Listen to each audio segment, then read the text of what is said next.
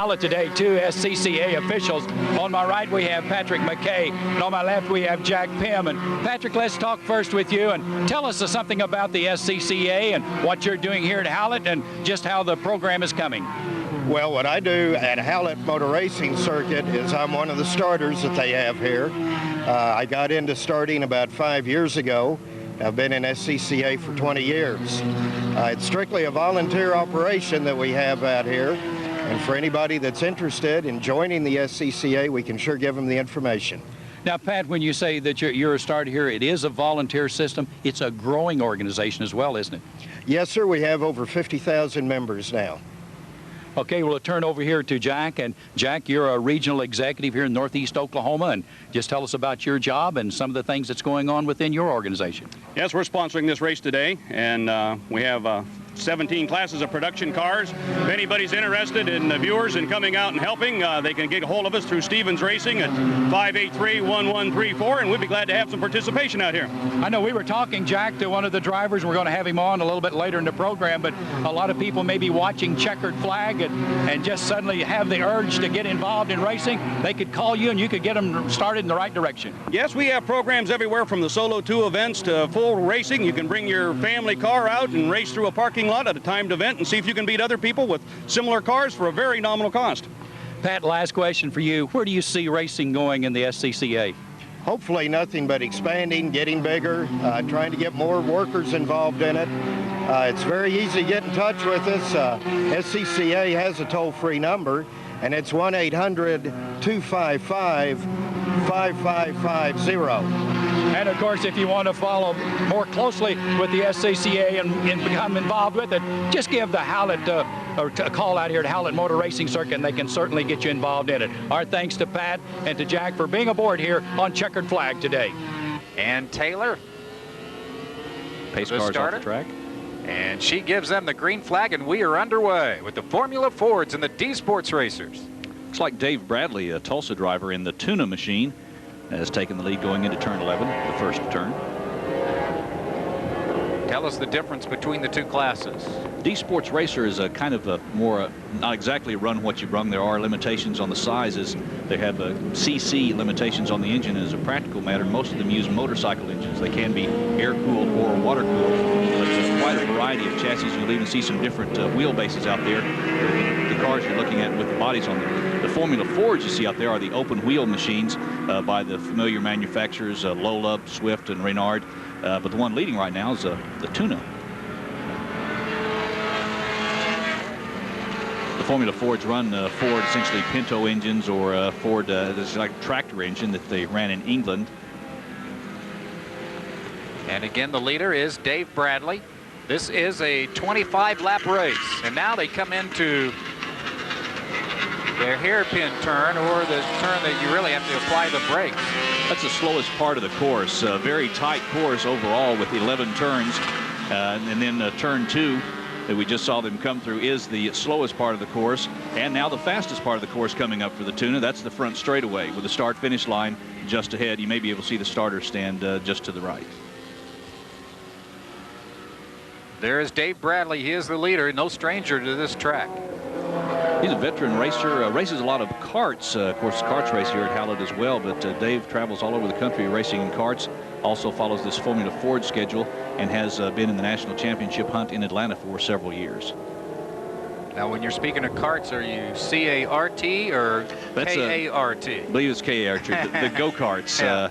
They've run several classes on those. Some of them have full bodies. They run a lot in the Topeka track, St. Louis, and others where they can really, actually karts at Hallett, it's such a small, tight course. Some of the go-karts can turn around here as fast as a modified Corvette. Very much so. Known at 120 miles per hour down the straightaway. Bradley known as a pretty good shoe, or a very heady driver that uses his head a lot, doesn't just get in there and mash it on the floor, is able to use the techniques. Probably a lot of the techniques you have to use in karting can be applied to the Formula Fords. There's your leader in the D Sports Racer group. That is 88, Craig Mendenhall out of Abilene, Texas, in his Lola. He had the fastest qualifying time at 1:20.96 seconds. That's quite a bit off the track record. In fact, both track records in both classes. Formula Fords and D Sports racers are in this race. If he can do that in the race, that may be a new track record. I believe the D Sports racer track record about a 122, almost a 123. So if Mendenhall can maintain that and proves legal at the teardown at the end of the race, these are national points counted races that qualify for the national championships. And the winners, the first 3 places, will be in impound after the race to check engines, gears, wheel cylinder, all the specifications. They have to be legal at the end of the race. The qualifying times, too, of Mendenhall, we were just talking about, and Dave Bradley, very close together. Mendenhall with that 120.96 you talked about. Bradley had a 121.03, so just 7/100ths of a second different in those top 2 qualifiers. And we see now that Mendenhall's gotten around Bradley.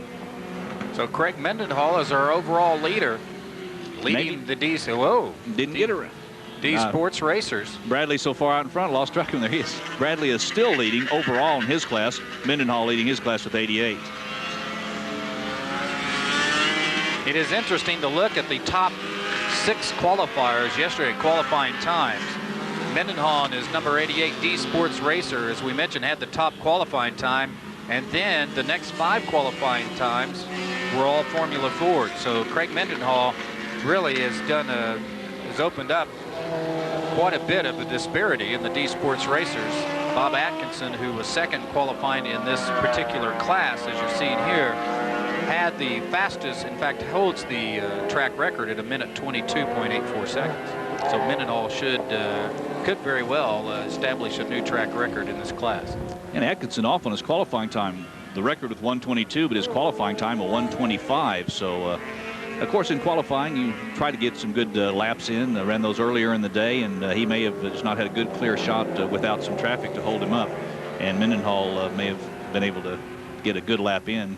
Of course, qualifying position always important when you have these evenly matched cars. This is the first of 6 races here at Hallett Motor Racing Circuit, where the American Telco Green Country Grand Prix.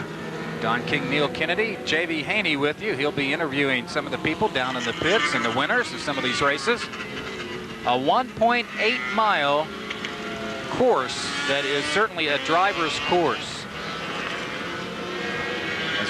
Bradley's got about a 6-second lead on Mendenhall for the overall win, and got about a 10-second lead on James Thompson for class. So the home-built Tuna, we might talk about that a little bit, Don. It's built, designed on a computer.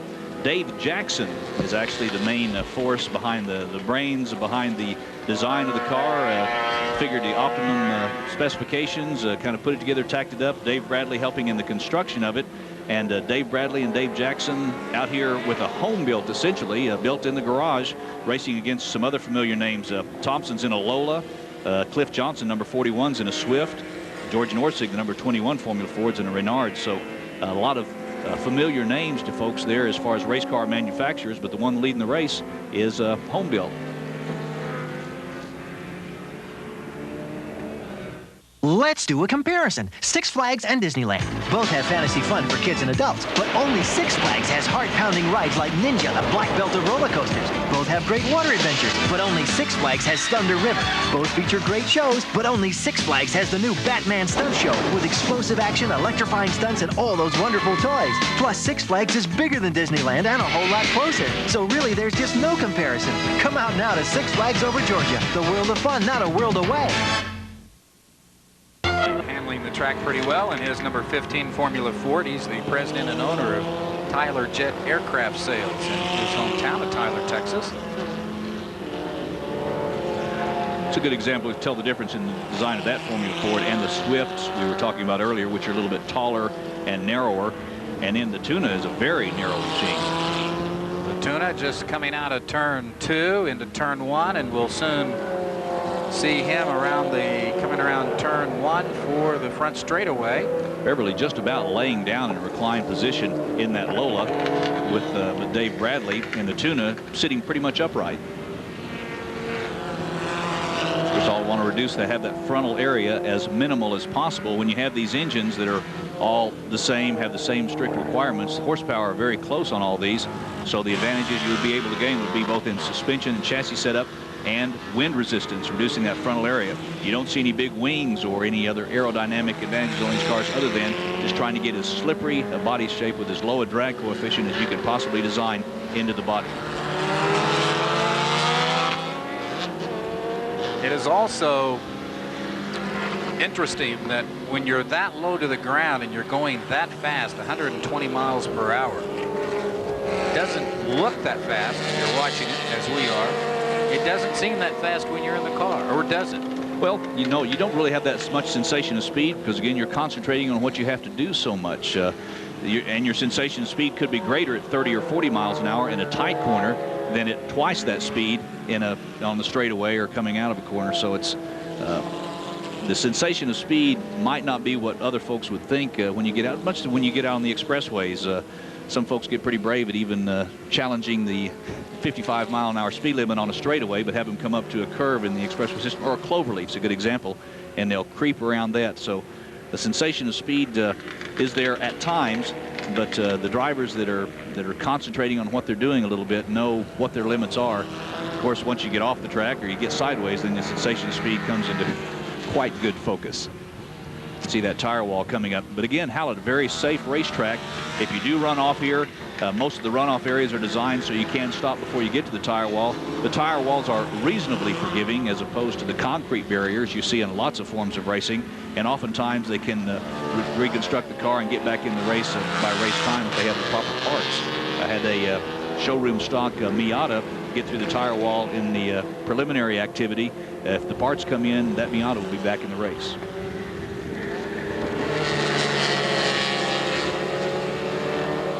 Cliff Johnson in the yellow Formula Ford, number 41, out of Kansas City, Missouri. He's trying to catch the D Sports Racer.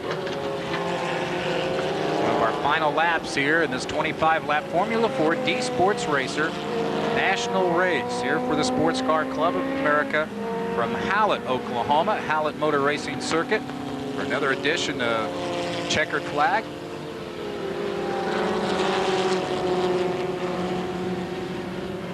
For the American Telco Green Country Grand Prix. A lot of racing still ahead.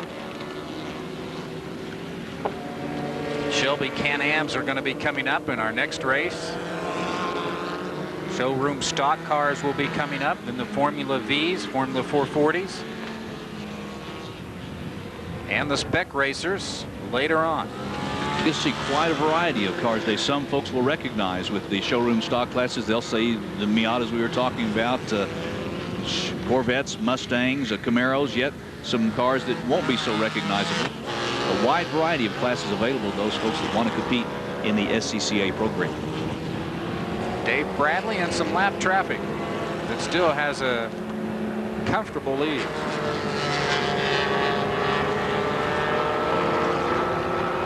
See if he's a little smoother now with this traffic around him. Concerning those folks, those racers having their own race. In fact, it looks like a pass trying to come up there. Beverly, number 15. There's the pass.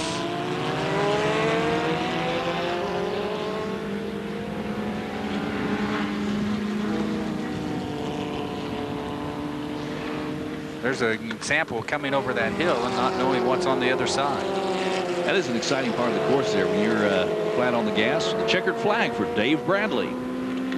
So Tulsa, Oklahoma's Dave Bradley, number 79, winning our first of 6 races today here at Hallett Motor Racing Circuit in his Tuna.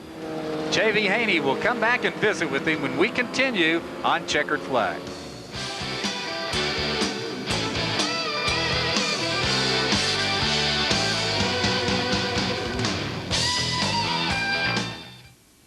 Hallett Motor Racing Circuit brings multiple types of motorsports activities to Oklahoma race fans in 1993. Sports Car Clubs of America and Competition Motorsports Association Sports Car Racing, Hallett Road Race Club, and Western Eastern Racing Association Motorcycle Competition, as well as the International Kart Federation Go-Kart races.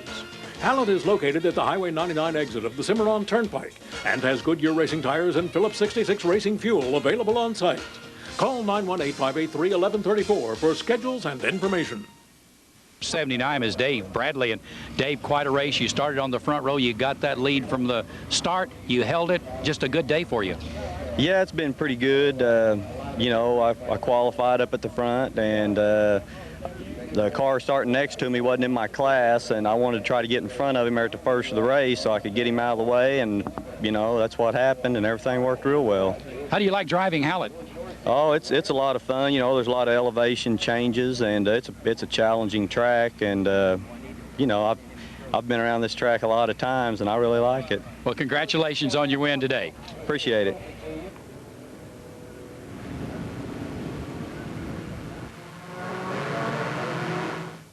Mike Davies, a three-time national champion, joins us here at Hallett this afternoon. And Mike, you'll be driving car number 15. You had a little tough luck yesterday, but looks like things are going to be rolling for you this afternoon. Yeah, we had a little problem with the radiator mount in the car, and the radiator come undone, and it truck on the ground and got a little hole in it, and got a little water on the rear tires, and I went sailing off of turn 5, a little bit of excitement. We got it all handled, though, and we qualified well this morning for the American Telco car, and we're on the pole, so I feel pretty confident. Mike, being a three-time national champion, it doesn't necessarily cut any slack for you, does it? No, I mean, all these cars are very equal. They're a spec car, just like the Spec Racer or the Sport Renault, as they used to be known as, and they're equal, and it's just pretty much driver and setup. When you take a look at the drivers today, do you have anyone that you feel like that you really have to go for, or is going to be coming after you? Well, Don Ketter, he holds the current track record here, and I think he's qualified second or third, and he's pretty quick, so I think Don and I have a good race. Mike, best of luck this afternoon. Thank you very much.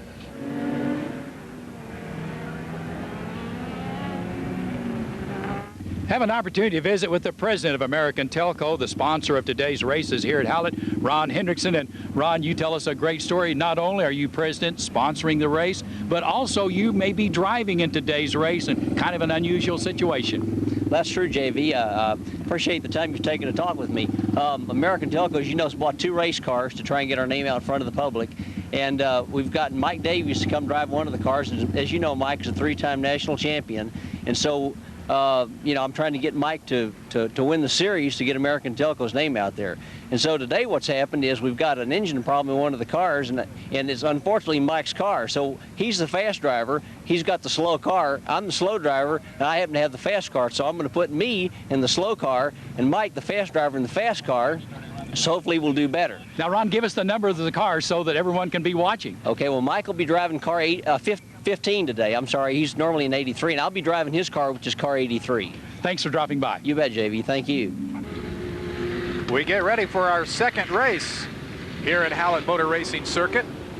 And we start this particular race with a 25-lap national point race with the Can-Ams also featured in this race, the Formula Atlantic, Formula Continental, C Sports Racers, and the S2000s. And it's kind of interesting. We'll have, as I mentioned, a lot of different classes, but the Can-Ams will actually start a little bit later. Start about a minute later, roughly figuring 45 seconds to a minute, about half mile. The first pack is about halfway around on the 1.8-mile track, and they'll start the second pack. And we should see some of the Shelby Can-Ams catch up to the slower cars in the first pack. However, we'll also see the faster cars in the first pack catching up to the Shelbys as well. Quickest car on the track you'll see is probably going to be that number 72, Rick Lindsay.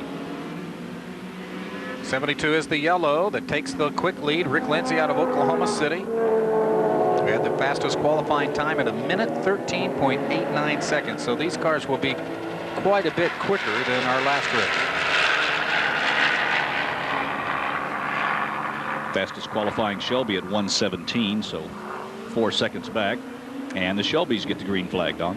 And Taylor, the starter, gives them the green flag. And we're underway with the other race, the Can-Ams. Some of the people to look for in this race. Mike Davies, who is in the lead right now, was able to get a good start there. The number 15 machine had an interesting situation develop with his brand new Shelby Can-Am, brand new engine. Was having engine problems. He's teamed up with Ron Hendrickson. Hendrickson decided to put Davies in his car, and Davies is in Hendrickson's car. There's already a problem for car number 41. He's the only C Sports Racer, so he really has no competition as far as his class. That's Dick Mitchell out of Tyler, Texas.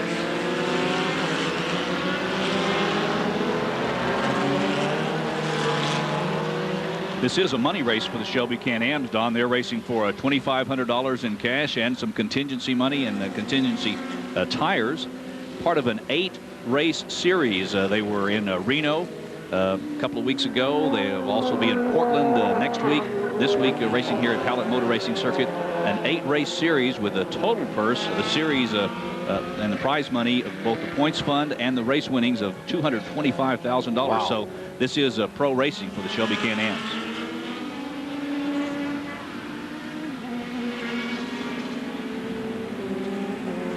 Second lap for the leader, 72, Rick Lindsay.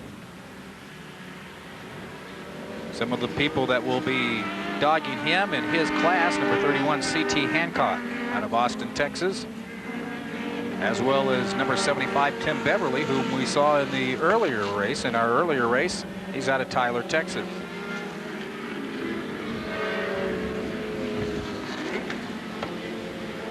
Nice look at Rick's machine.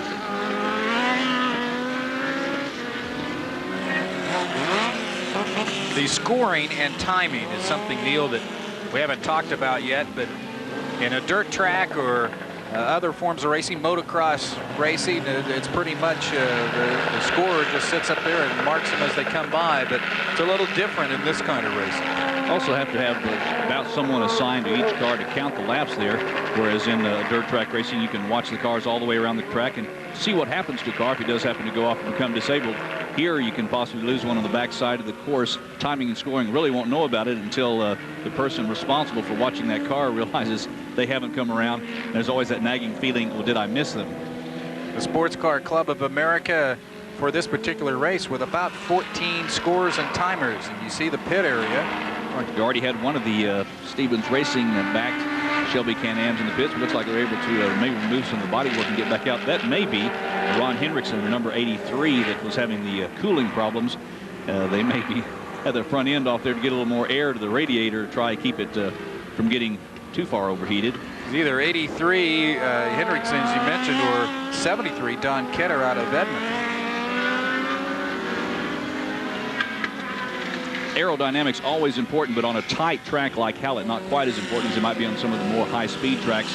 These Shelby Can-Ams capable of 160 or 70 miles an hour. The tops they'll get here at Hallett on that front straightaway probably only about 120 miles an hour. Only 120. That's right. Yeah, we were talking earlier about not necessarily feeling the speed if you're that low to the ground on the straightaways. I was really referring to. So you see American Telco there. They are sponsoring this Green Country Grand Prix, and a look at one of the gentlemen. That's Davies that we're looking at right there. Very much responsible, or at least involved in this weekend. Davies quite a good wrench too, Don. He works on these cars, gets involved with the chassis setup. He is by far from a driver that shows up, gets in the car and races. He is deeply involved, and he was one of the instructors of the Stevens Racing School of High Performance Driving, but on that American Telco team along with Hendrickson. He was the 91 national runner-up in the Formula A's. Had some good years in the SR and the Spec Racers too, Don. I believe 3 years national champion. Very competitive spec class. This also is a spec class. That is, they have to run the same engines. They are sealed, not allowed to hot rod these motors. We'll talk about those in a minute. But they have a specified tire size and compound. They're all built the same, all built by the Sports Car Club of America and sold through the chain. Designed by Carroll Shelby is where the Shelby Can-Am name comes from. They have V6 Dodge engines, 225 horsepower, and for weight, very light. At the end of the race, they need to weigh just under 2,000 pounds, 1,980 pounds with driver at the end of the race. And we haven't talked about the tech situation. These cars certainly go through that once the race is completed. They'll impound for sure the first 3, if not deeper into the field, if they have other suspicions, or sometimes just to keep the racers honest. They'll go a little bit deeper with their impound and reweigh them and check the tread width. Not a lot of adjustment you can do to these. You can adjust the wings from 0 to 9 degrees and some suspension adjustments. I was noticing the setups in some of them, Don, on the rear sway bar, they would have one side connected and the other side totally disconnected. You were asking about stagger a little bit earlier. That provides a little bit of a stagger built into the suspension. Leading this group right here, just out of your picture there, was 99 Gary Clark out of Fort Smith, Arkansas. His sponsors are Mike Stevens and Thrifty Nickel One Ads. He too has moved up into the Can-Ams. He raced race trucks. The SCCA had their race truck series, which a lot of folks kind of scoffed at initially, to put a pickup truck, a compact pickup truck out on the racetrack. Turned out to be very popular, and for several years there had quite a following. They had a pro series with the prize money and support from the various race truck sponsors, from the domestics to the imports. And it was entertaining to watch those pickups, which certainly aren't designed for necessarily high-speed cornering, to mix it up on the racetrack. 73 is Don Ketter out of Edmond. That was Ketter, you're right. He was the Midwest Division National Champion in 1992 and won the last time these raced here at Hallett. Don Ketter was the winner. Trying to pass 99 Gary Clark. Nice race going on. They're side by side across the start-finish line, and it looks like Ketter's going to hold on into turn 11. Clark, who just got passed, as you mentioned, was the SCCA, has come up into this class, moved up into this class. At one time was the Rookie of the Year. But Ketter overtakes him. And our leader continues to be 72, Rick Lindsay.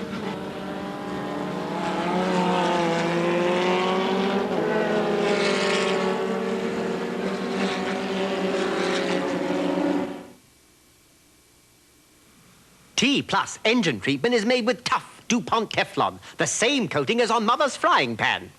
Nothing sticks. This, on the other hand, is an unprotected engine.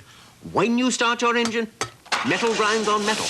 What add T-Plus once, and tough DuPont Teflon coats every valve guide, cylinder wall, bearing, and cam, reducing engine wear for up to 50,000 miles. Now you're cooking. Beat the daily grind, add T-Plus. The T is for Teflon. Chrysler minivans, over 3 million sold. That's more than all others combined. They're #1 in the hearts and driveways of America. And they're now on sale during Chrysler's National Minivan Sale. Visit the minivan store at your Chrysler Plymouth dealer and save up to $1,500 on Plymouth Voyager, Grand Voyager, Chrysler Town & Country. Save hundreds more on quad seating, anti-lock brakes, and integrated child safety seats. Chrysler's National Minivan Sale. See your local Southeastern Chrysler Plymouth dealer. This is unbelievable! In the July WCW magazine, get a sneak peek at Sting's personal diary. Find out why Barry Windham is silent but deadly. And get a mammoth poster of the Mammoth Man himself, Big Van Vader. How did they find that out? Get your copy now on newsstands everywhere, or save up to 25% off the cover price by subscribing today. Call 1-800-GET-WCW1.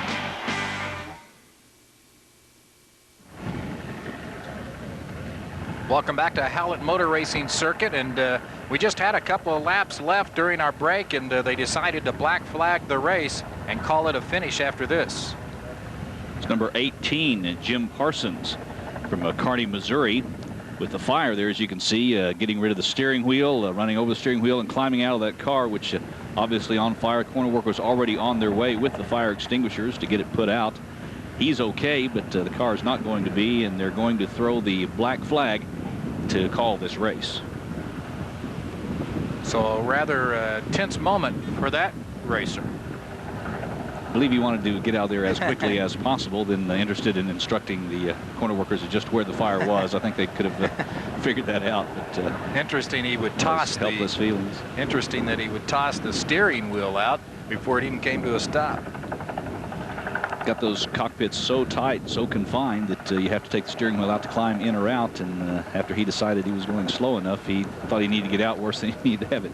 Well, the pace car is out for the showroom stock class. Showroom stock A, B, C.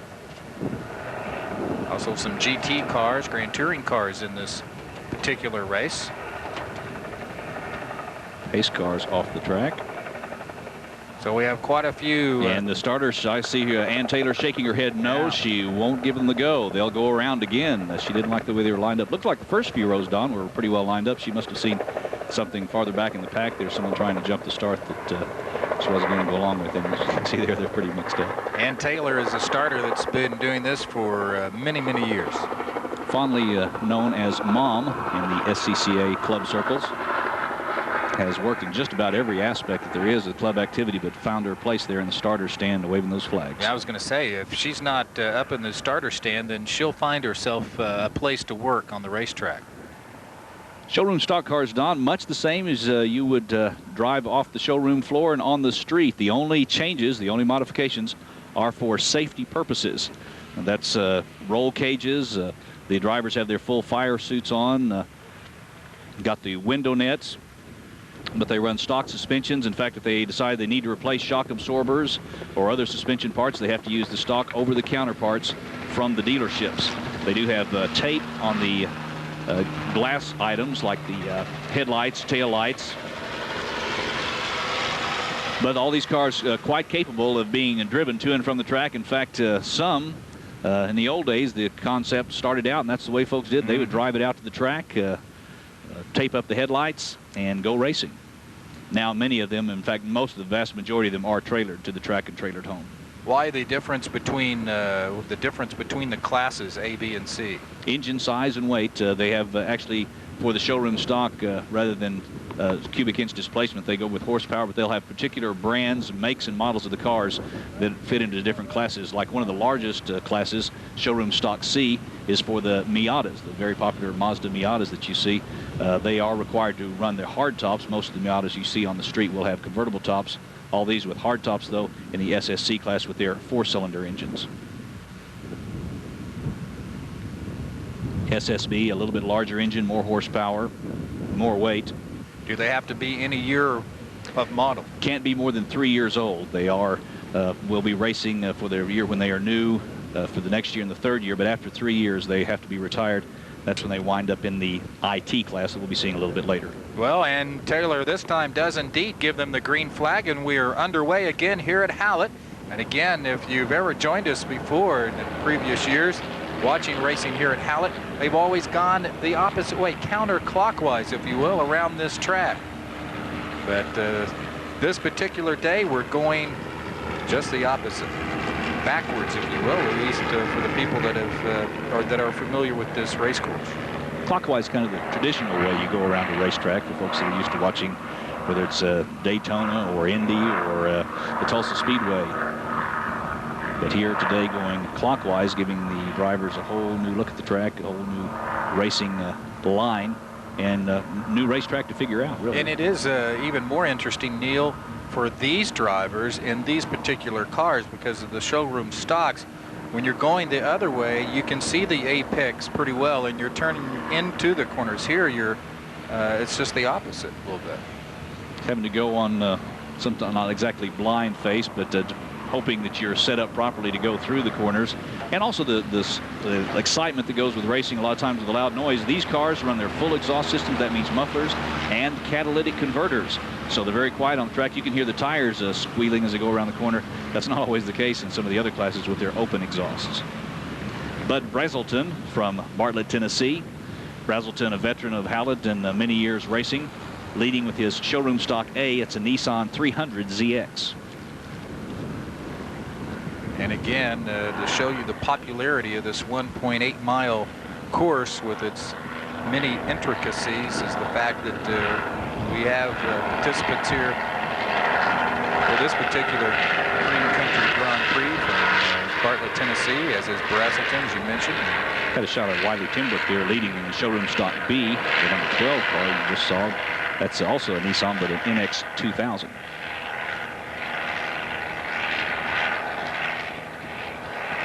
Temperature again in the 80s, and a rather windy day here at Hallett, Oklahoma.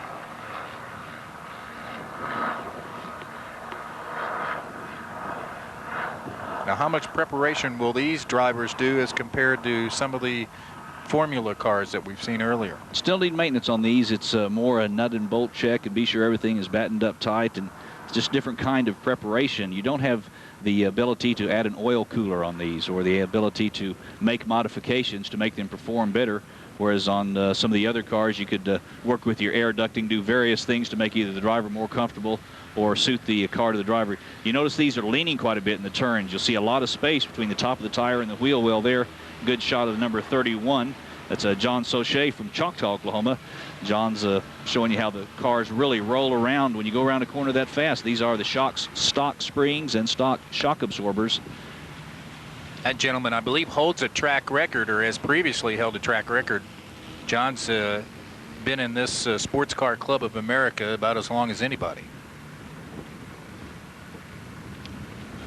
Keeping the family tradition, though, too. His dad raced and his son is racing, but today it's John in the middle of the trio racing that Miata. Pretty large class in showroom stock C with the Miatas today.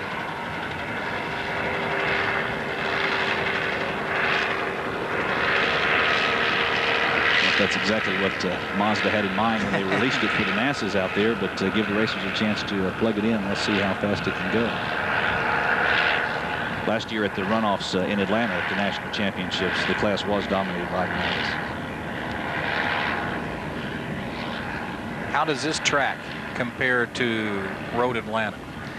About the same number of turns, but just not as long a track. Atlanta much longer, giving it much more straightaway speed and just not quite as fast a track. Hallett, very tight, called a driver's course, very technical track. It takes a lot of concentration all the way around, no place to really relax. Road Atlanta has a few straightaways that you can catch your breath a little bit, check your gauges, check your oil pressure and water temperature, and a little bit more time to think a little bit, whereas here you're driving all the time, either on the brakes, on the gas, going up a hill, going down a hill. You're doing something just about all the time. Even when you have that front straightaway to work with, Don, you got to check the starter stand to see if there's any communication from the flagman that you need to know about. So you'll use all the gears as we're looking. The very tightest part of the course there, turn 2, that's the slowest corner. So you get down first or second gear there for sure, and then get up through the top gear down the front straightaway. So use all the gearing that the cars have. Tim There's Brook. your leader, Bud Brazelton. And I believe Tim Brook is still leading in showroom stock B. Yeah, you mentioned Wiley Tim Brook, number 12 in this particular race out of Golden, Colorado. He holds the track record in showroom Class B at 1:38.36, and he was just under that, 1:38.62 in qualifying. You're mentioning the race prep for these cars. One thing that will require constant maintenance in the showroom classes, Don, is brakes and brake pads. They have to change those. I've been aware of, in fact, crewed on some of the showroom stock cars that change them after the qualifying session, new brake pads for the race. And they'll have them completely used up by the end of the race. So they're designed to go 40 or 50,000 miles on the streets. They'll last 25 laps here in a national race, but certainly using them up. Can't use the harder compounds that you might find in other race machines. They have to use stock brake pad material. Not really designed for the kind of abuse they get out here. Bud Brazelton in that number 7 leading the race as we hit the midway mark of this 25-lap national race here at Hallett, Oklahoma.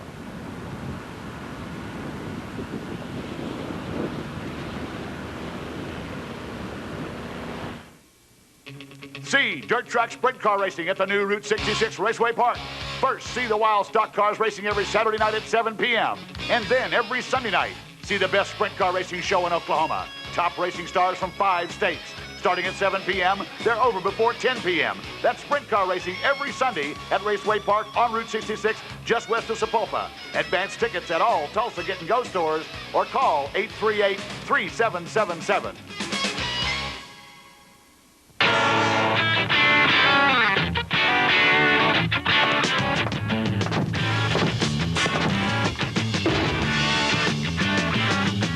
Cold-filtered Miller Genuine Draft. For those who've discovered its smooth draft taste, the world is a very cool place.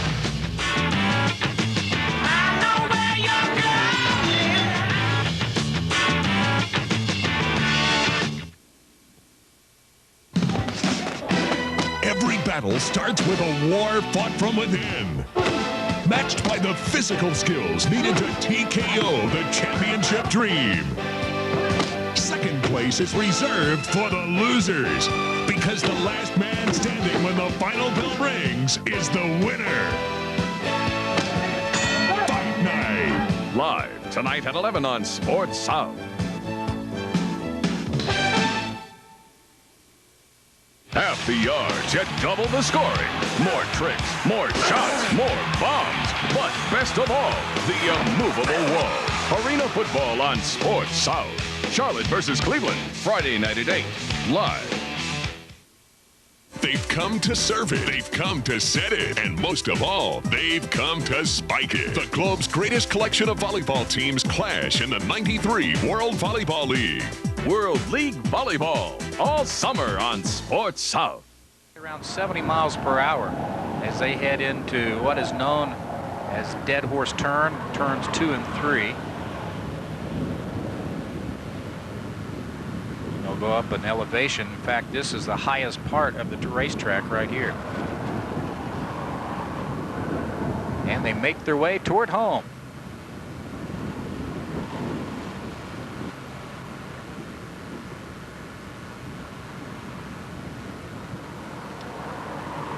See the gentleman down at the bottom of the screen holding up cards telling them how many laps left.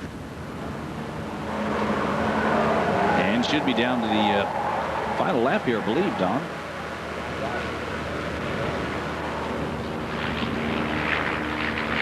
Four more races to go after this here for the American Telco Green Country Grand Prix from Hallett Motor Racing Circuit, including the Spec Racers as our final event.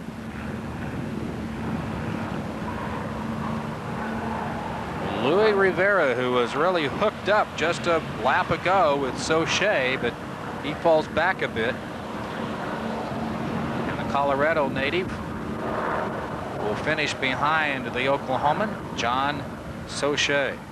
Both of them driving the Miatas, which is a pretty popular car in this group, isn't it? Turns out to be a very popular car in this class. Whenever a new car comes out like the Miata, there's always some trepidation about whether they should, how it's going to do, but it has proved very successful, and whenever a few of them are successful, then that's what the rest of the competitors do. Brazelton, your overall leader.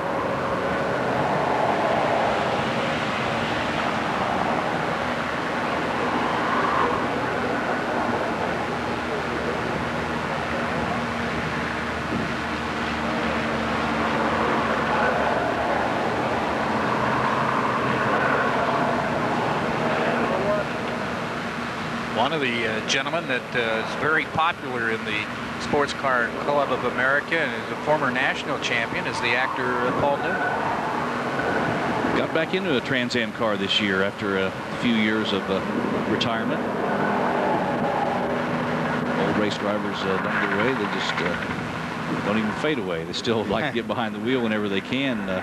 Newman, a winner here at the track. In fact, for a long time, he owned the GT1 record going in the counterclockwise configuration. That was only recently broken. When we speak of drivers, when we do checkered flag at the dirt tracks, and we speak of Neil Jones or A.J. Floyd, who started on the dirt tracks and, of course, made their names known around Indy. Some of the gentlemen that started in club racing, Mark Donahue and Dan Gurney. Now, several of the actors talk about Paul Newman. He was one who did the movie Winning and was hanging around racing, exposed to racing at that time. As we see Bud Brazelton get the checkered flag. So Bud, leading start to finish. Bud Brazelton goes start to finish in his Nissan 300CX, and a nice performance by Brazelton out of Bartlett, Tennessee. Bluff City Nissan sponsorship for that automobile, and we still got those guys racing. Sauché 31 in the white car in 98. Louis Rivera out of Littleton, Colorado. They have had some kind of battle between these two. And they head toward home and the checkered flag.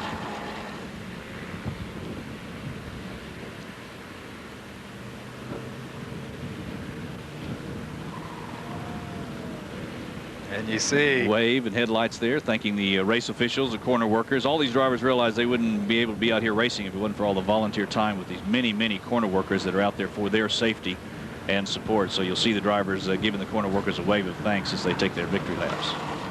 Cool so there's a break in the action here at beautiful Hallett Motor Racing Circuit. in Hallett, Oklahoma, located 40 miles west of Tulsa, Oklahoma. We're coming back with more racing as we continue with the American Telco Green Country Grand Prix. Arnold from Tulsa joins us here at Hallett this afternoon. And Ken, you're a first-year driver out of Tulsa, and tell us how you got into racing. I know there's an interesting story. I think Checkered Flag maybe had something to do with it, but tell us about your division and the car you're driving and just how you've approached your first year in racing. Well, I did get Checkered Flags had a lot of help in getting me into this. I got my first introduction to Hallett on Checkered Flag, and we decided after that to come out and see what was going on with the racing. And last year, at the end of the year, I looked around, I found a car for sale, and I got into it by buying a car that was already prepared and I'd watched race. And through the winter, we went through and we stripped it down, painted it, and freshened everything up, and started this year. And it's truly more fun than anybody could ever tell you it is. Now tell us about your division. The division I run is basically street cars that have had some modifications to the suspension and just roll cage put in. It's fairly an economic division that we can get into, that we can afford to run, and just have a lot of fun with. It's really competitive. Ken, we appreciate it, and maybe someone watching today's race on Checkered Flag will be here with us next year where you are. That'd be great. Come on out and have a ball. Thank you. Welcome back to Hallett Motor Racing Circuit, 40 miles west of Tulsa, as we continue with Checkered Flag. Don King along with Neil Kennedy, the voice here at Hallett. J.B. Haney in the pits. One of the gentlemen he talked to that is in this particular race is Ken Arnold, 25-year-old out of Tulsa. One of those low buck racers that is in with a minimal investment but having maximum fun out here. This will be a 12-lap race, Don. The others have been 25 laps. This is actually technically in SCCA a regional class that wouldn't run with the national points races, but running now on a Saturday and Sunday program. So here with a 12-lap race for the improved touring. These are the old showroom stock cars that got past that 3-year time limit we were talking about. You can run open exhaust headers, hot rod them a little bit, and that's what we're looking at in this class. And Taylor awaits their arrival to give them the green flag, and she gives it to them. And we got 3 abreast there going into turn 11, side by side for the first position. That Camaro in the A Sedan or AS class, number 13, W.R. Bruner from San Antonio. It's interesting at the start and finish line when you get the green flag going this way, you don't have as much time to spread out going into this uphill turn as you do the other way. And a tighter turn, much more consistent turn that comes on around the track rather than a 90-degree turn. You've got a 180 to do and head back north after the cars come south down from the straight. Leading the race is number 57, Tom Himes, out of Slidell, Louisiana. No surprise, the reason that he has the fastest qualifying time coming into this particular race, a minute 32.27 seconds. And again, these guys getting around this track with an average speed of about 70 miles per hour. Better than a second, faster than the second qualifier in the American Sedan than Bruner. But Hines also with an unusual car. He's running that TR8, Don. That's the only TR8 running in ITS in the country, and the only has the only V8 powered showroom stock S, or that is ITS. Most of the others with the 6 cylinders. The most popular car in that class is the Datsun Z cars, the 240s, 260s, and 280s. But Himes leading now. It's a really, though it's a V8, it's rather small displacement, only 215 cubic inches. So there are some 6 cylinders out there that might have more displacement. And I believe that was our friend, Mr. Arnold, that just did a spin in turn 2. Ken Arnold in car number 63, the 280Z, rookie year. It's a good car. That won the division points race last year. He was the division champion with Don Stevens driving. And curiously, Don Stevens runs a Rally Distributing in Tulsa, and he's one of the sponsors behind both Himes and Dan Crossett in the number 11 ITS Mazda. The Roadster factory in Pennsylvania also a sponsor for Himes. So he's got help. He lives in down near New Orleans, but gets help from Pennsylvania and Tulsa and is racing here at Hallett.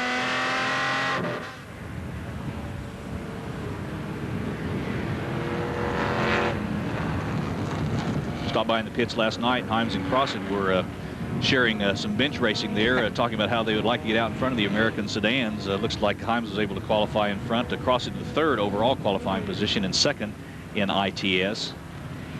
In the American sedans, the AS class, R.W. Bruner out of San Antonio, and his Camaro had the fastest time and second fastest overall qualifying. Those are cars that the viewers can recognize easily, the Camaros and the Mustangs with their V8s. And you'll see them pull the cars on the front straight or on the straightaways a little bit more. They've got that horsepower to pull the straightaways.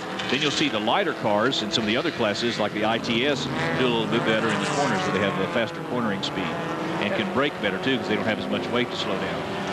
One of the things that is also interesting in these cars, I mean, these cars are built like you would drive them on the highway as far as shifting and things like that.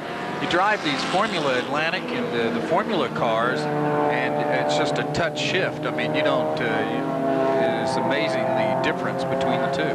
Very short throws, square cut gears. You can hear that high whine you hear in those Formula cars a lot is the gearboxes, the straight cut gears. These running mostly, for the most part, street equipment. And it keeps them from carrying that many spares. If they're at a race weekend far from home and use up a transmission, they can often call a salvage yard. Have you got a transmission for a Mazda RX-7 a certain year? And if they got it, I've known of the drivers running in, buying that transmission from the salvage yard, coming back out to the track, putting it in overnight, and being in the race the next day. So availability of parts a little bit better than on one of these than you would have in more exotic race cars. Not to mean that these aren't race prepared. You can do a lot to the suspension on these that you can in showroom stock, both for adjustability and control and firmness, and even firm up the roll cages a little bit more to give you that chassis stiffness that you need for a good race car that'll hold up and respond better to whatever adjustments you do make.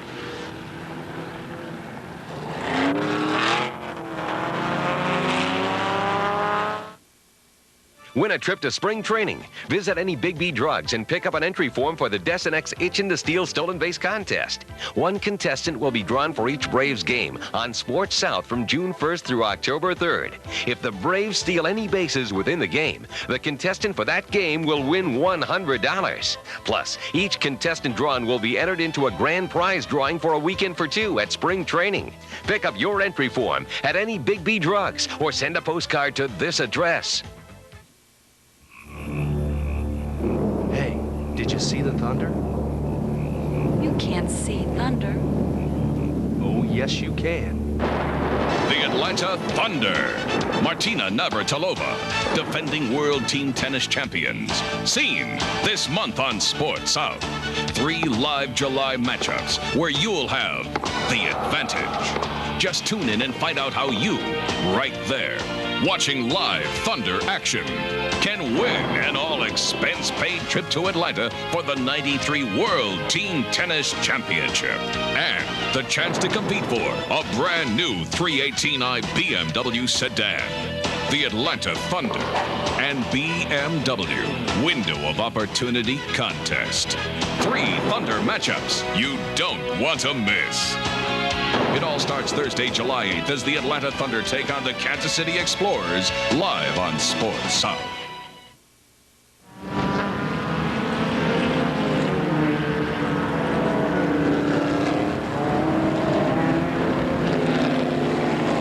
See, he was the 1992 Southwest Division champion. This is his first time on this track. Used to race Z cars, the Datsun Z cars, and made the switch to the TR8. He's probably happy with the switch right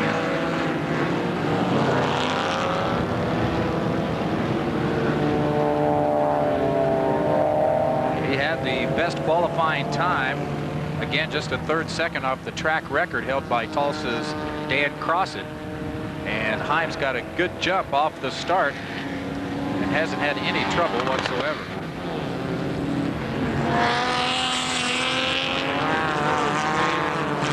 Got through that dead horse turn in great shape. For this racetrack facility, I just keep being amazed at the how good it looks in the shots with all the green. We've had a lot of rain in the area this spring. It's been very moist. I guess Mike Stevens had the mowers out here working overtime trying to keep the jungle down.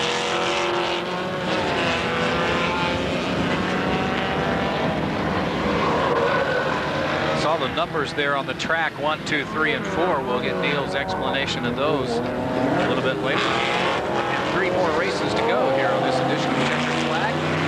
And Tom Hines.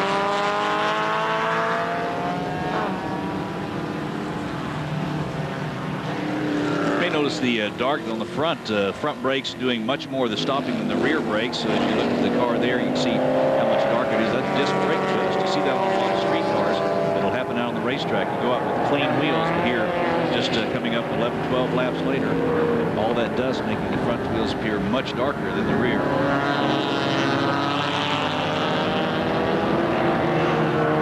Braking very important. Always important to build a fast car, but you use brakes for good, of course, too. And Hallett uses a lot of them, either on the brakes or on the gas, just about all the time. No, this is a course that, as you mentioned, it's a thinking man's course. You have to be thinking at all times. As you mentioned, you certainly have to be working the brakes and the gas at all times. It really physically wears you out before most of the other. Without that little bit of relaxation time every lap, you're just constantly up and down. Can't wear you out. And that mental exhaustion you were talking about, too, the amount of concentration that it takes. Folks that have been on the track, it is so much more than just standing on the gas and holding on. Good, safe, clean race.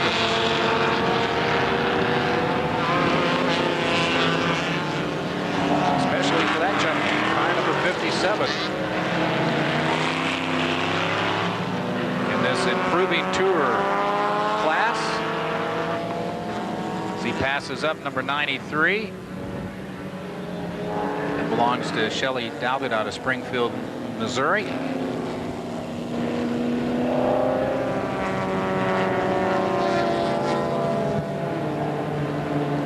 The improved touring S-class, sports class that Tom is in, one of the largest in the IT division, and very popular in racing.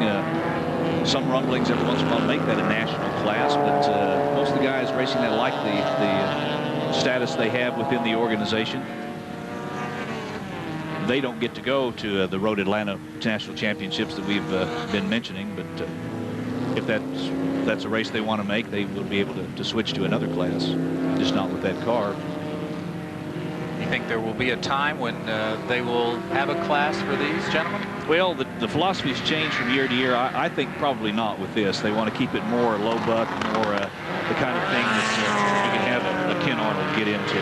Whenever you move to that national level and you have the possibility of going to Atlanta for that exposure for the national championship, then the competitors are willing to spend more, put more effort into it, get more involved in it, and it kind of takes it away from the little guy. Don't by any means want to call Tom or Dan or Ken the little guys in racing, but they are more the professionals that do something else during the week and come to the racetrack on the weekend for the club racing. When you get up into that some of the classes in the national championships in SCCA, you've got professional drivers out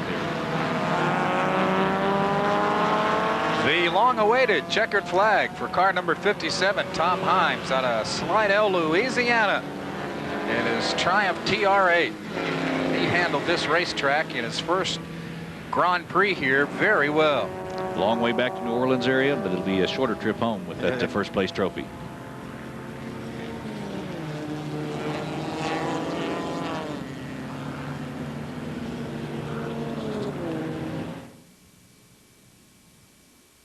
Sports South, July, bringing you all the sights and sounds of the summer's hottest action. On deck with the Braves. More baseball? We've got the bases covered. Racing, a weekly lineup of trackside updates and previews, plus coverage from start to finish in some of July's biggest events. Hit the links with Sports South. No matter how you swing it, you'll score in July.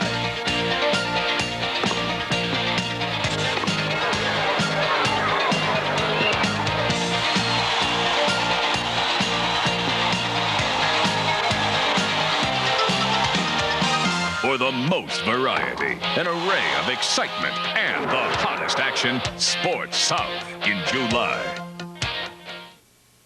They've come to serve it. They've come to set it. And most of all, they've come to spike it. The globe's greatest collection of volleyball teams clash in the '93 World Volleyball League. Greece versus USA. Sunday night at 8 on Sports South. Gear up with Eli Gold as he travels the NASCAR circuit to bring you the inside look with auto racing's big boys behind the wheels on This Week in NASCAR. Live Thursday night at 11 on Sports South.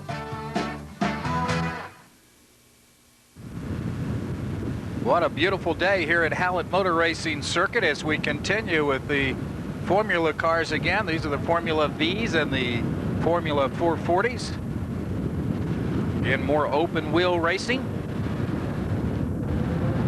Might explain a little bit about these cars, the difference between the Formula V, which ones are the 440s you'll see with the squattier looking tires, the Formula Vs with the Volkswagen wheels, the regulation setup. This another started out to be a less expensive class, more affordable type of racing with Volkswagen components. There's a good shot of the two different tire profiles, maybe the easiest way to spot the differences, Don.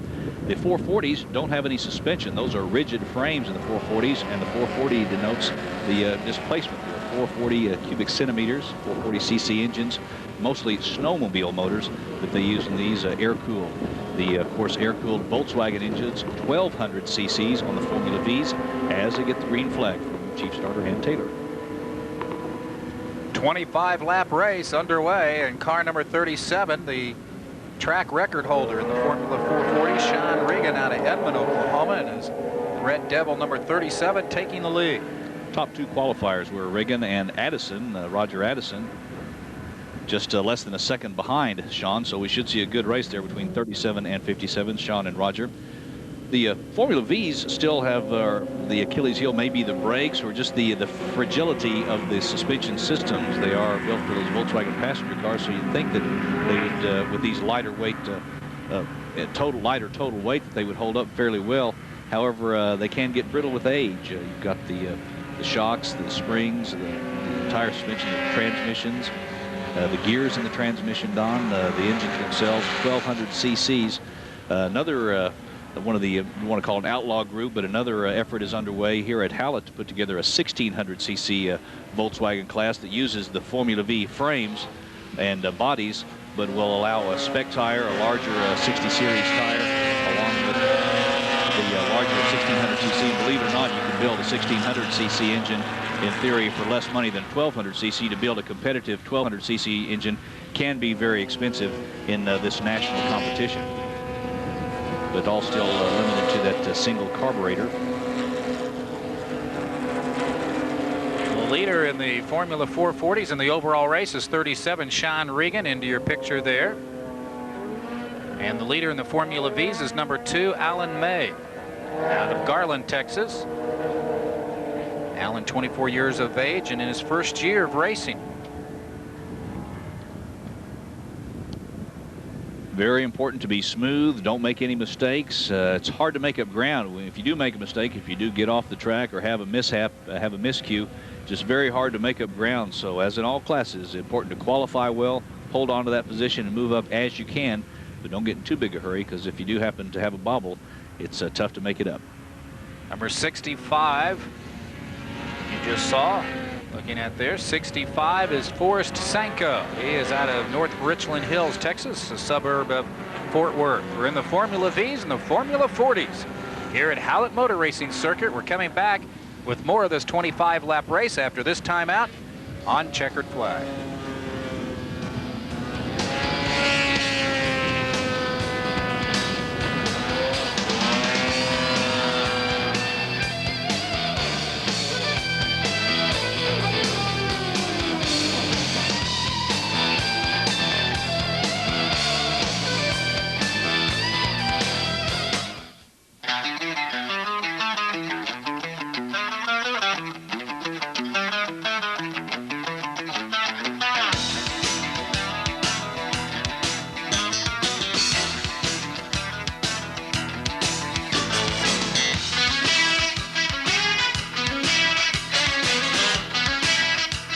Exciting racing action. Come to the Tulsa Speedway every Friday and Saturday night.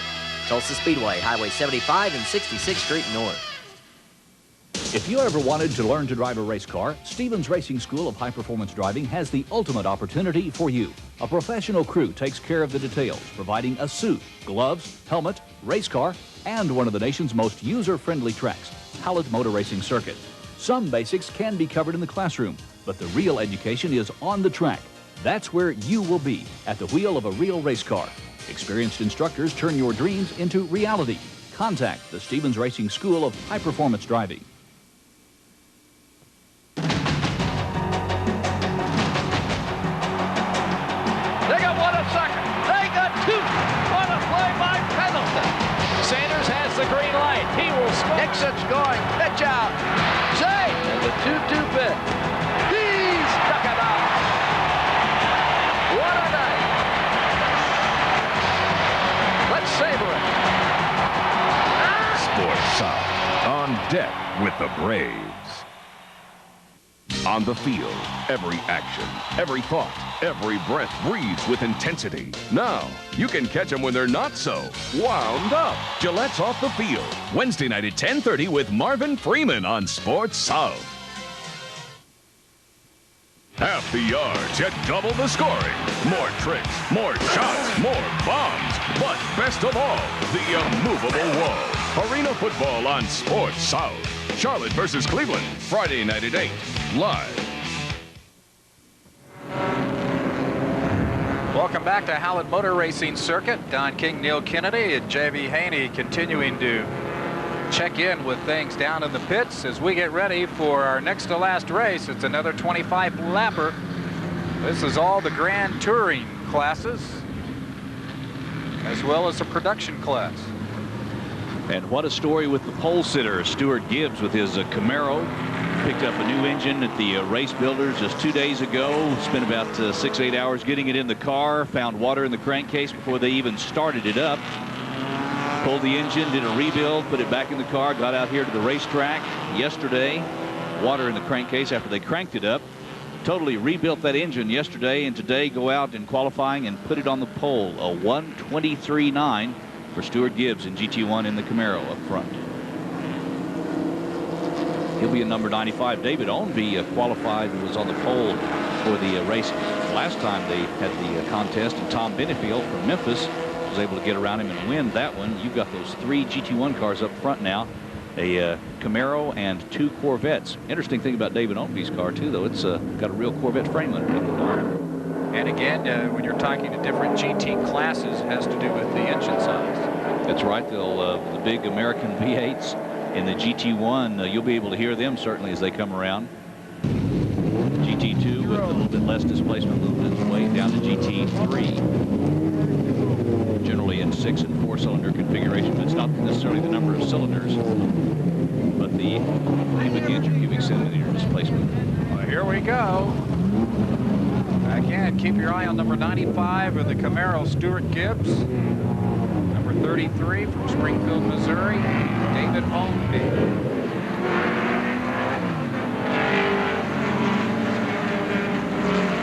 Production cars in here with them. You'll see lots of different kinds of cars here, Don. The production cars are mostly import sports cars. The kind of cars that the SCCA Club Racing was founded on. It looks like Stuart Gibbs still has the lead here on the first lap, but Ownby's really knocking on his back door. And Benefield just kind of hanging back there waiting for something to happen.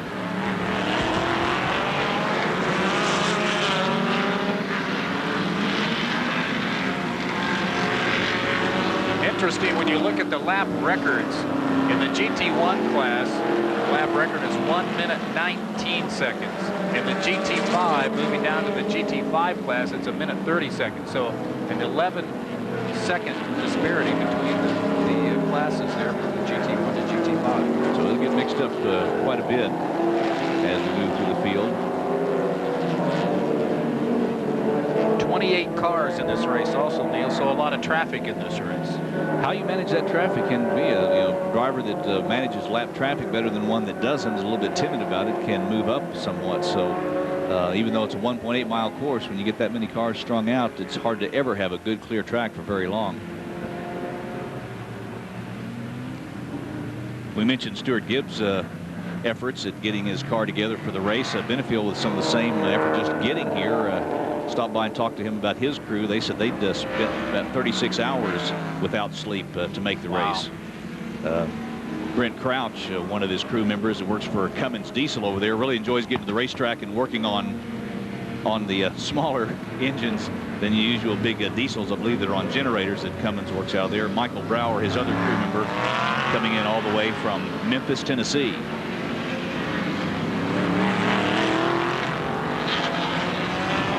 First time back on this track in quite a few years, 16 or 17 years, I think. Tom said he had raced here in a different class long time ago, has not been to Hallett in all that time, raced mostly in the Memphis and St. Louis tracks. First time back to Oklahoma in many years. There's Ownby trying to get around on the outside. It's not going to be enough. Gibbs holds on to the inside, and got a good race there in GT1 right up front. Indeed, 95-year leader in the black Camaro out of the northeastern Oklahoma region is Stuart Gibbs. David Ownby in the white Corvette, number 33 from Springfield, Missouri, is second, and Tom Beneville in the Corvette number 3. There's some debris on the track. Now, how will they handle this? Just like that. As quickly as possible there. Corner worker, and of course it takes many volunteers to put on the races at any racetrack, and especially here at Hallett. Didn't get a number on it. It looked like it might have been the same color as Max Herrera's car, the number 7F production machine. We were looking, Max has been racing out here for about as long as the track has been here, back in the early 80s. And Max, I believe, one of the holders of one of the longest, or the holder of one of the longest lap records, track records in his particular production class. Yeah, was that back in the 70s? Yeah, I think it was 79. Looks like Don Flegel's in 4th place now, so you got 4 GT1s running there. A couple of regular frame Corvettes. We'll talk more about David Ownby's Corvette. He built that car, first put it on the track in 1984, so almost a 10-year-old car there. But he's been doing all his own construction, maintenance work, builds his own motors, and out here running strong behind Stuart Gibb. Well, he's a mechanic, so that doesn't hurt him any, does it?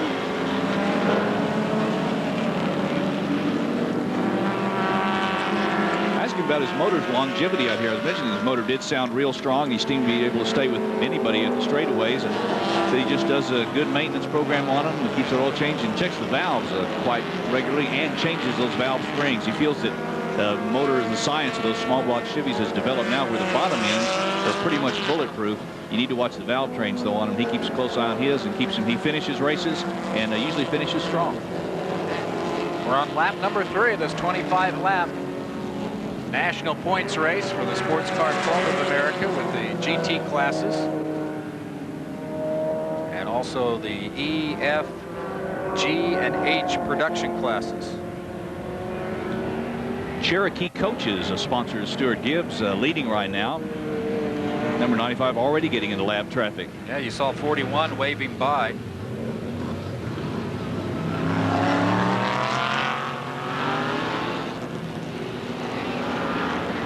The differences in this class, they could get concerned with weight and cubic inches, but Stewart's car, a 2-frame, former, many of those like the Trans Am race cars. We mentioned David Ownby. That white Corvette you see on your screen used to be a street Corvette.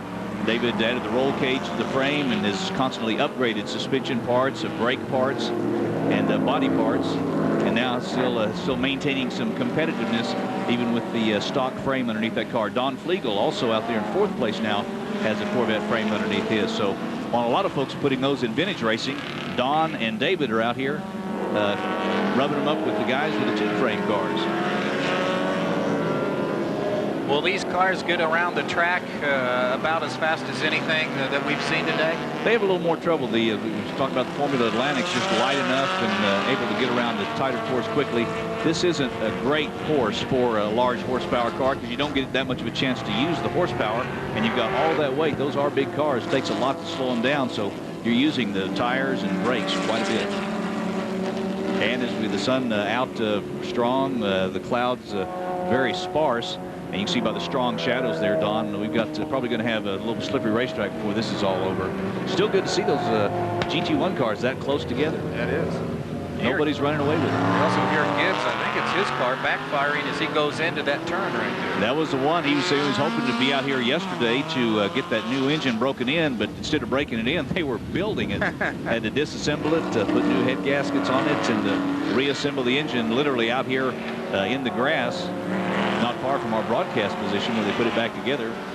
He has completed 4 laps, 21 laps to go. And again, trailing him is David Ownby, the racer out of Springfield, Missouri, who's in his 10th year of racing. So Ownby's one of those that started out autocrossing with the Corvette Club and was running around pylons in the parking lot, has slowly upgraded his machine, and was telling me about it yesterday about another Corvette he has back at home in the garage that he used to autocross a lot. Hadn't really been out of the garage in quite a few years, since back in the 80s. But whenever he decides to hang up the helmet and gloves, he'll get back to work on that Corvette. Right now, just good to see him doing that well. And see no sponsorship on that car. The main sponsor of that number 33 Corvette is David's own hip pocket. And you see 33 in the white Corvette Ownby just looking for a chance to take the lead, hoping that Gibbs will bobble or make some sort of mistake. And right now, Gibbs has not done that. Gibbs owns a company that makes spiral staircases and installs them, manufactures them here in Tulsa, and installs them all over the world, literally. Had some trouble finding the kind of race trailer that he likes, so he just decided to build his own and has instituted a line of race coaches, can be built made to order, Cherokee coaches.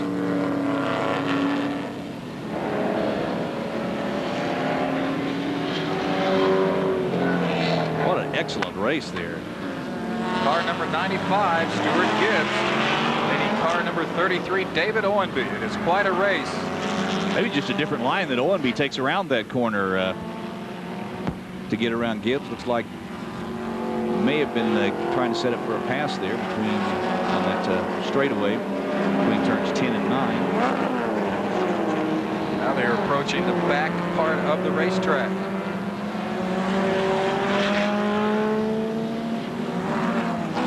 Also in this race is a track lap record holder.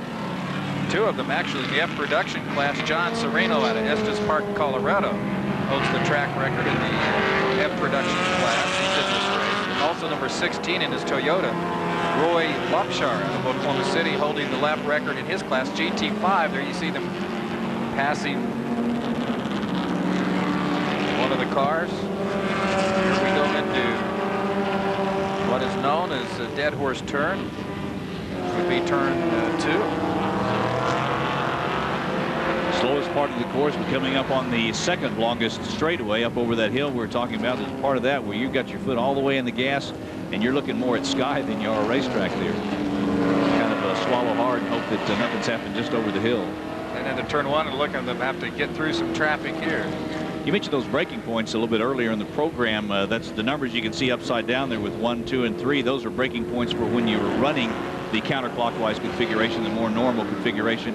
Each car is going to have a different spot where you have your optimum braking. And used to have some trees and other things closer to the track that you could pick off. As they've improved the track and made it safer, moved all those natural obstacles or natural markers back off the track, decided to paint some big numbers out there. Also, driver school out here, racer driving school. I'll be getting off the track there a little bit, checking, see if it might be do some agricultural racing to get around Stewart. That's an Elan they're passing there. That is an Elva. Dr. John Abel out of Tulsa with the Elva. Another car that could well be in the vintage racing category, but he's keeping it well maintained and competitive in E production. It looked as though on this particular lap, you see Ownby trying his best to find some sort of mistake or some sort of way to shoot inside Gibbs, and it looks as though Ownby might, in my opinion, might be a little impatient at this time. But you certainly can't sit back and wait for this gentleman, the leader, Stuart Gibbs, to make any kind of big mistake. Stewart didn't have a chance to get that motor broken in. He's out there having to race, and a little bit of lap traffic holding Ownby up there, but he got around on the front straightaway. That was as good a place as any as you can come on that slower traffic to get around. Nice wide straightaway. Where the 8 cylinders, 350 cubic inches, can get by the 900 cc's in that H production car. There's number 7, the back of that pack, Max Herrera. We mentioned him. He was raced out here for as long as the track has been open. Out of the F production, Tulsa, Oklahoma, driving as a midget. The pink car you saw David go around there was Mickey Schreiner. Usually his wife Debbie drives that machine, and she's been at the runoffs, the national championships in Atlanta for about 5 years now. And Mickey hopping in the seat today for the race, getting close to Father's Day. Had his first national win here a couple of years ago, the Father's Day race at the Green Country Grand Prix. Coming back with more racing. We're about a third of the way done with this 25-lap national race as we continue with the American Telco Green Country Grand Prix.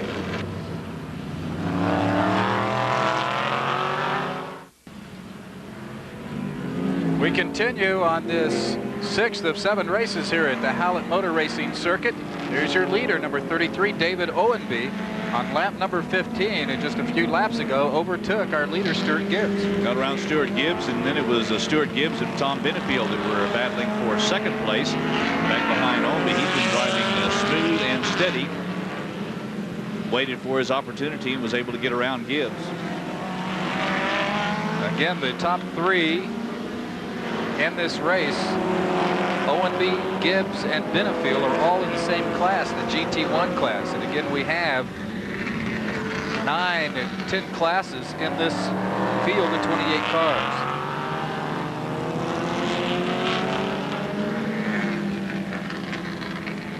Owenby in his 10th year of racing. And as you mentioned earlier, Neil, he's a mechanic, and so he knows a lot about how his Corvette runs. Cars been apart and together many times, but only put the roll cage together in that. I even had the opportunity back in 1985 when they had the national Corvette meet here. Owenby showed up for that, and they had some discussion about his rear suspension. He wound up finding one in a garage over in Broken Arrow, and he and I went over there, took the rear leaf spring and some rear suspension components out of that car in a garage in Broken Arrow, put it on that white race car, and he came back out and was very competitive in the Nationals here back in 1985. Back here in 1993 now, not only being competitive, he's leading the race. And I mentioned on the lap, in the lap before, he overtook Stuart Gibbs, that he looked a little impatient. Generally, David, one of the more consistent and smoother drivers. You don't see him off the track that much, not that much of a wild reputation, so his impatience, he may have been feeling it by that time, knowing that he could get around if he just had the opportunity. I would guess about that time they were getting into lap traffic too, so when Stuart decided to wait a moment before he made his pass, may have been when David was able to get around. And as evidenced by not necessarily his impatience, but maybe his eagerness to get around Gibbs, is the fact that he has opened up a lead of about 15 seconds on Stuart Gibbs. Well, Stuart's had Tom Benefield in his mirrors for several laps there too, and that can be quite distracting when you need to be watching what's in front of you, but you see the next place in your class there. In fact, Benefield is now overtaken. Benefield has now overtaken Gibbs for 2nd. There's Stuart Gibbs, who led the race when we were last with you before our last break. Now he has dropped from 1st down to 3rd out of Tulsa, Oklahoma in his black Camaro. Car number 95. He could be tired. He's lost some winks working on this thing. It was pretty near sundown last night when his crew battened it up and finished up that day-long engine rebuild process. One more race to go with the Spec Racers after this GT class has completed their 25-lap race.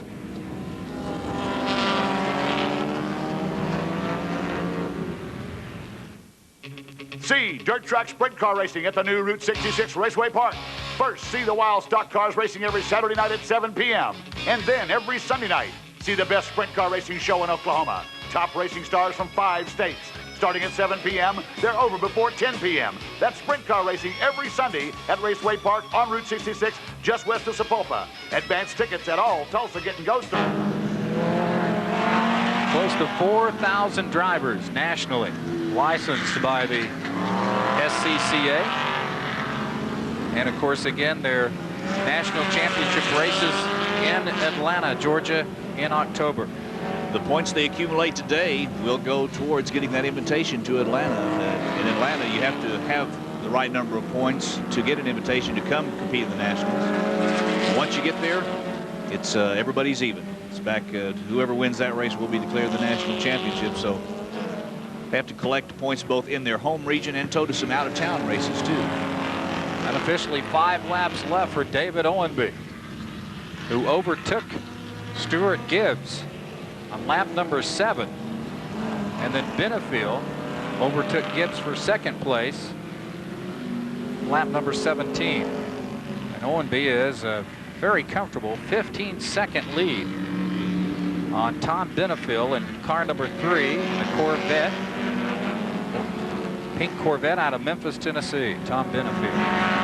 No one would know their race car any better than David Owenby knows that Corvette. We talked about building it, having it been on the track, racing for 9, almost 10 years. So he's very familiar with it, very closely attuned to what might or might not go wrong. And right now, he may be letting a little bit. You don't want to let off that rhythm too much. Don't want to certainly back off when you have a rhythm set up. And he's been successful in the race so far with his pace. So he wouldn't want to necessarily back off. However, probably not charging as hard as he would if he still had a competitor right in front of him like he did a while when he was chasing Stuart Gibbs.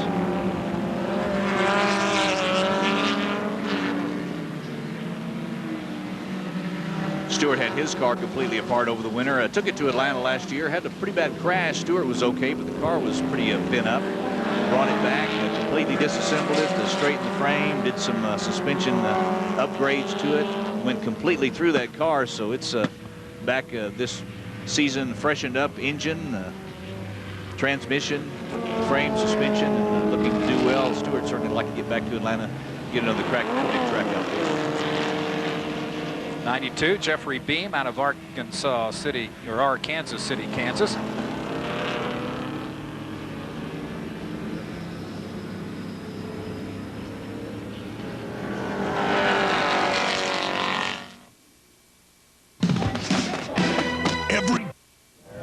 David Owenby, your winner in your GT All classification here at Hallett this afternoon, driving car number 33. And David, when we take a look at the race, had quite a race going with Stuart Gibbs up through lap 10 or 11. Then you come back by the finish line, you're ahead. How did you catch him? And just explain what happened from then on. Well, I run in real deep in 6 on the outside of him, and he kind of pushed a little deep and took his normal line to the outside.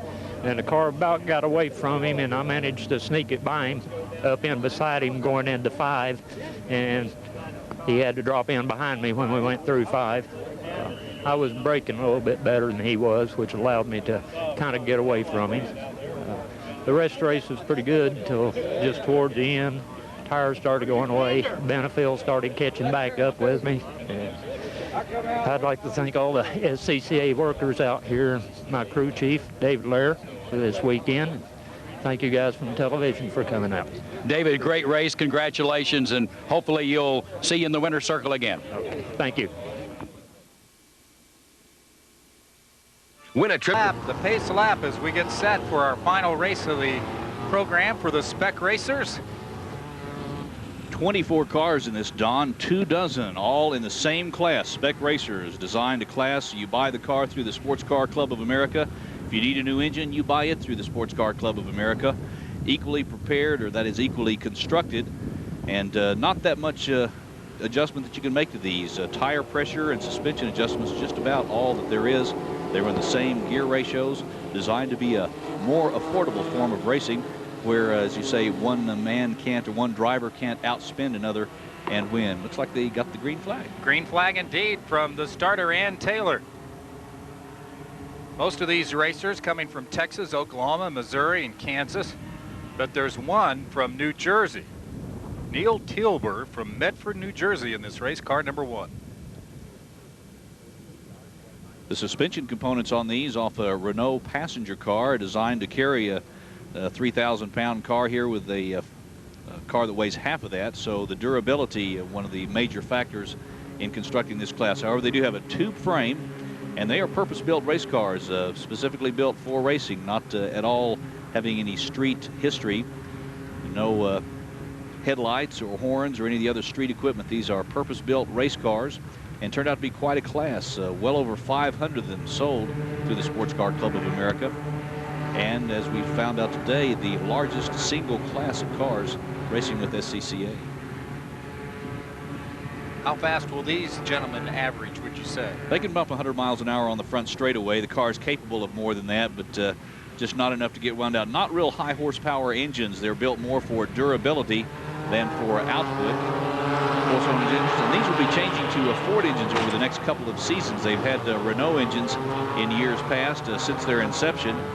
Next year you can run either the Ford engine or the Renault engine, and the year after that everybody will have to be running the Ford, similar to the Formula Fords. There's Adam Burney out of Owasso, Oklahoma, just north of the racetrack. Adam Burney had a good race at the Nationals last year, even setting a lap record out there. Didn't qualify all that well, but moved up through the pack and had a top 10 finish. And really looked for Adam Burney to be among the contenders today. Looks like he's already had some tough luck. He was the 8th fastest qualifier out of 24 cars. Your leader is number 78. That is Steve Sloat out of Bel Air, Texas, the Houston area. Steve owns his own business, 37 years old. Checkered flag viewers from the last may remember that Hal Holliday in the number 3 SR out of Houston. And Rick Houston, also from Houston, who have run here well in the past. Another one of those classes where you can't afford to make a mistake because you just don't have time to make it up. You need to run a mistake-free race, smooth and clean, in order to finish well. On lap number 2 of this 25-lap race, and some big money involved here. $2,500 up for grabs. Looks like Keith Brewer, number 80, has moved into 3rd place now. So you got number 78 Sloat in 1st, Holliday number 3 in 2nd, and Brewer, who has qualified 5th. I mentioned the purse. That was for the not for the Spec racers, but for the Can-Am race. The Shelby Can-Am race, where they had the big money in it.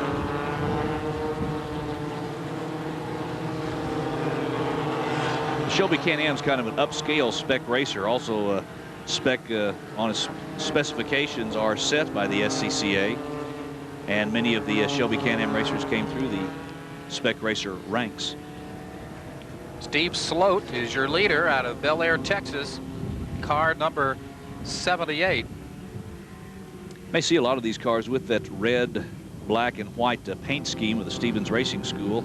That's the cars they use if you come to that school. This is the kind of car you will be driving out on the track, and Mike Stevens makes a point of maximizing track time. It's not all classroom and theory.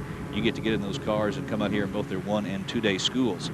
So you see a lot of those on the track, a lot of the Stevens students out on the track right now. And Sloat has dropped from the lead back to 3rd, and your leader is number 80. That's Keith Brewer out of Bethany, Oklahoma. One of the top Spec racers in this region out of the Sports Car Club of America.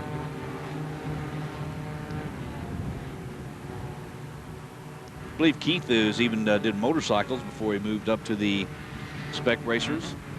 Very attuned to the feel of the track, and participates in the setup of the car and sway bar settings. He is a race promoter himself.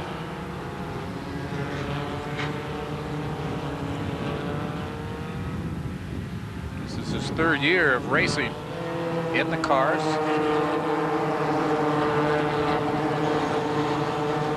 And we are 3 laps down now and 22 laps to go. Looks a little bit like a train out there, the single file racing. Passing may be difficult.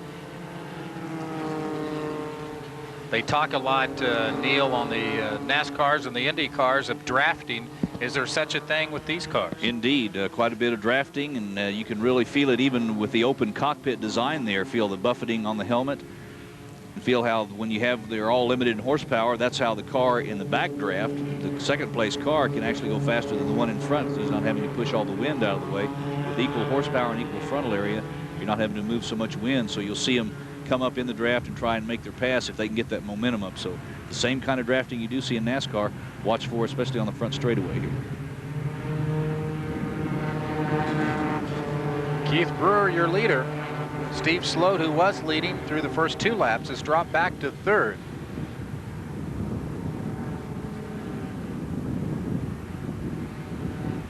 And car number 3, Hal Holliday out of Houston, Texas, is in second. Looking at the qualifying times on this too, Don's indication of how close it is. We had 5 qualifiers in the 131 range and then 6 qualifiers in the 132 range. So they're less than 2 seconds apart, almost a dozen, almost half the field, less than 2 seconds apart here in the Spec Racers. Second and a half, separating the top 11 racers. That is saying something. I believe it says what they set out to do in creating the class has been successful, to make the cars equal. So what you have out there is driver against driver. It's not a dollar spending contest against so you can spend the most for the latest and most exotic equipment, the freshest race tires, the most exotic fuels, and highest quality engine components.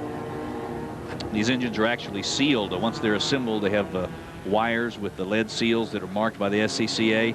And part of the impound for these cars, when you get to the inspection after the race, they'll take the winners, and if those seals are broken, they're subject to disqualification.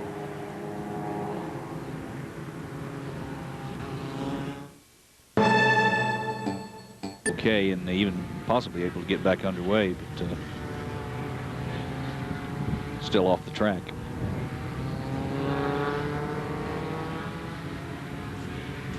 There is again number 18, Murphy, and number 16 in the yellow, number 16 Spec Racer. That's Rick Houston out of Houston, who raced here very well last year in our coverage here on Checkered Flag, and quite frankly thought that we would see more of Rick Houston, who is in the advertising business in Houston, his 6-year racing and 3 divisional championships. I thought we might see more of him today than we have. Yeah, that race last year was a pro race, had a money race, had some cash dollar bills that were up for, so maybe that's the carrot that Rick Houston answers to. Keith Brewer going into that very slow turn.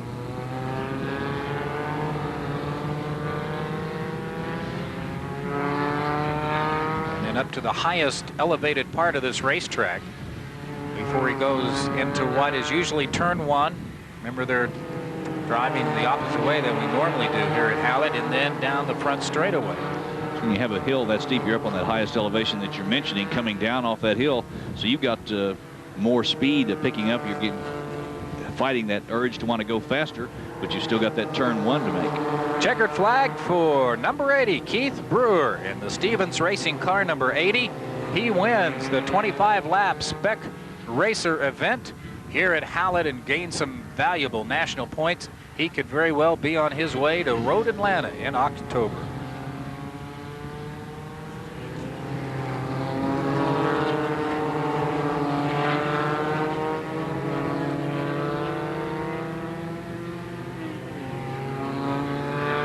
Gear up with Eli Gold as he travels the NASCAR circuit to bring you the inside look with auto racing's big boys behind the wheels on This Week in NASCAR.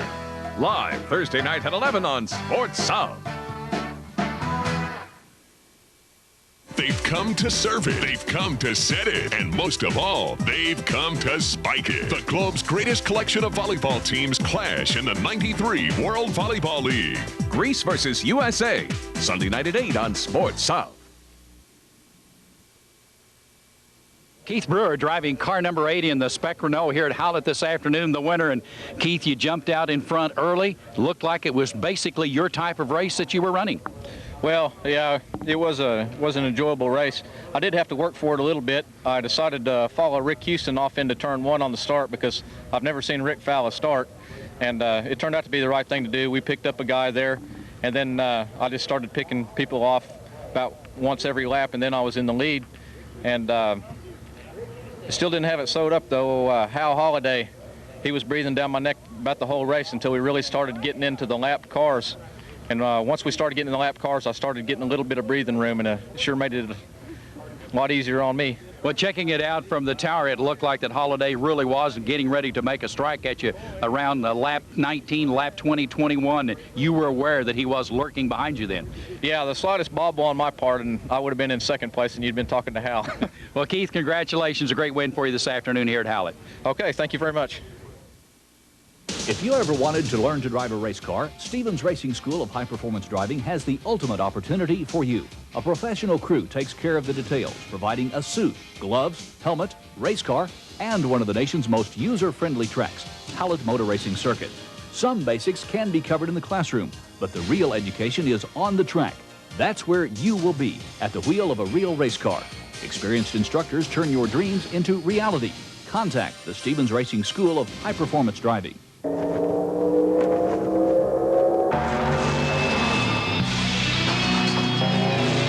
Miller Genuine Draft Road 90.